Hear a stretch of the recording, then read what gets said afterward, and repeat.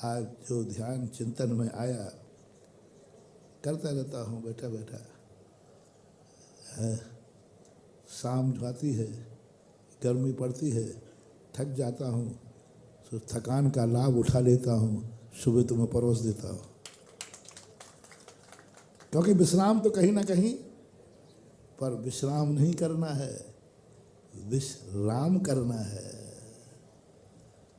विश्राम नहीं करना है, विश्राम करना है। विष यानी जहर नहीं। विश्राम शब्द में बी है, आधा सा है, रा है और मा है। तो विश्राम, तो विहि धन राम, विहि धन राम, विश्राम। विश्व होता है विश्व दृष्टा, संपूर्ण। विश्व यानी संपूर्ण, वो षटकोण वाला सा नहीं, जहर वाला सा नहीं, आधा सा। और फिर आगे आ गया राम। तो संपूर्ण को जो जान लेता है उसी का नाम विश्राम है, और इसे ही विश्राम कहते हैं। महावीर भगवान की। आज अक्षय तृतीया है, आज अक्षय तृतीया है, हमारे लिए याद दिलाया जा रहा है।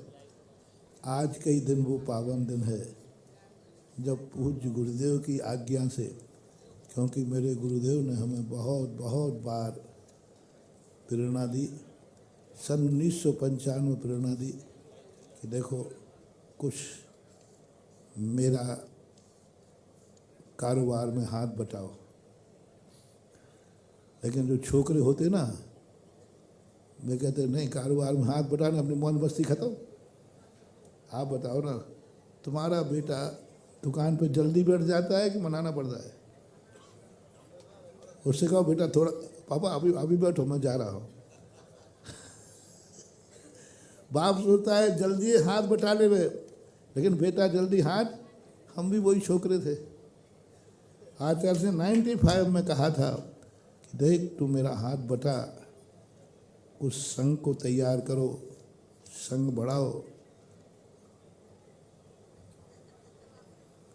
वो कहते रहे अपन टाल मटोल। 5 ब्रह्मचारी भेजे उन्होंने, हमने लौटा दिए बहरे। मैं नमस्तु करके गए, अभी हमारे खेलने खाने के,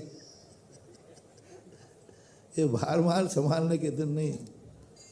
और कुंडलपुर में जब आचार्य पास गए तब उन्होंने बैठा के समझाया कि देखो ये अच्छी बात नहीं है।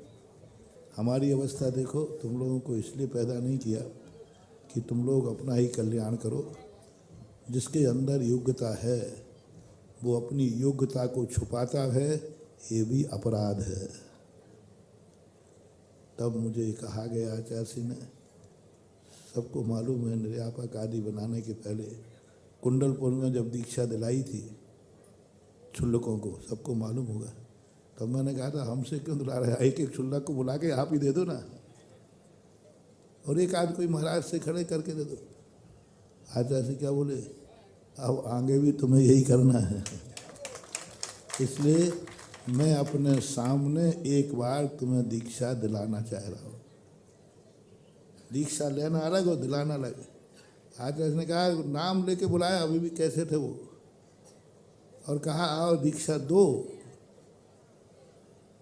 इसका अर्थ है सच्चा बाप अपने बेटे को अपने सामने कमाना सिखाना चाहता है कि नहीं, बोलो ना।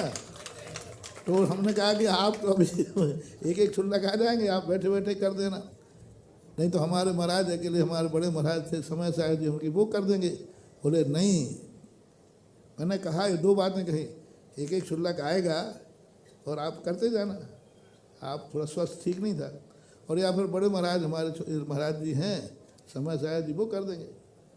तो आते तो नहीं, मैं जो कह रहा हूँ मैं भी तो कुछ सोच रहा हूँ, तुम्हारे लिए भी ये सब करना है, इसलिए मैं सामने करा रहा हूँ।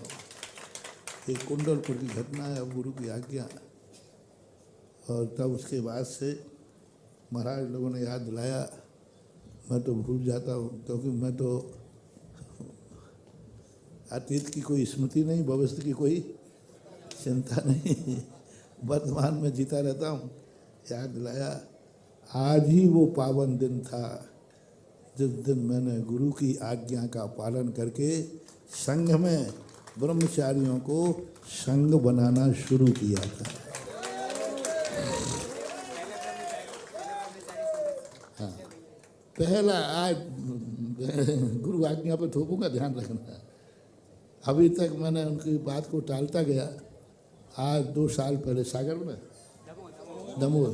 दमोह के अंदर अक्षय तृतीया के दिन सुबह ऐसा भाव आया कि देखो अब गुरु चले गए हैं तो गुरु के सामने बेटे की मस्ती तो जमती है, क्योंकि बाप कैसे ही करके दुकान खोलेगा, लेकिन गुरु की आज्ञा को जाने के बाद सद्भाव में भली कुछ हो जाए तो हो जाए, अभाव में गुरु की आज्ञा का उल्लंघन नहीं होना चाहिए। सद्भाव में हो जाएगा तो गुरु संभाल लेगा, लेकिन अभाव में बस वही दिन बात आई सुबह कि आज गुरु की आज्ञा अनुसार संघ का प्रवेश शुरू करना चाहिए। तो पहले आपके सुमेध सागर जी बैठे, अक्षय भैया थे और तिथि भी अक्षय।